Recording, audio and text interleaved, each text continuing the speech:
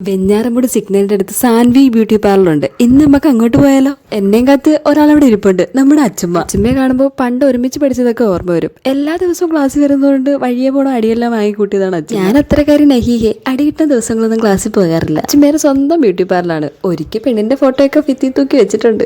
കൊള്ളാല്ലേ? ഡോറിൽ വരെ കുറെ തരണീമണികളുടെ ഫോട്ടോ.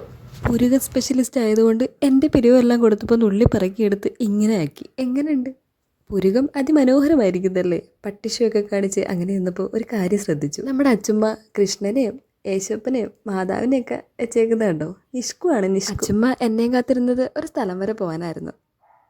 പോകുന്ന വഴിക്ക് നല്ല ഭംഗിയുള്ളൊരു സ്ഥലം കണ്ടു. നല്ല ഭംഗിയുള്ള സ്ഥലം കണ്ട ഞാൻ വിടോ, ഞാൻ ആരാമോ. നമ്മുടെ ആനവണ്ടിയുടെ വരവിന്റെ ഭംഗി കണ്ടിട്ട് അച്ഛമ്മയെ പിടിച്ചിരുത്തി ഫോട്ടോ എടുക്കാന്ന് വിചാരിച്ചു. പക്ഷേ അത് വീഡിയോ ആയിപ്പോയി. അച്ഛമ്മ എന്നെ അങ്ങ് വരെ തെറി വിളിച്ചു. നമ്മുടെ രണ്ടുപേരുടെ മക്കളും ഒരേ സ്കൂളിലാണ് പഠിക്കുന്നത്. അപ്പോൾ അവർക്ക് പ്രോഗ്രാമൊക്കെ ഉണ്ടായിരുന്നു. ഡാൻസ് ഒക്കെ കണ്ട് അടിച്ച് പൊളിച്ച് അന്നത്തെ ദിവസം അങ്ങ് പിരിഞ്ഞു.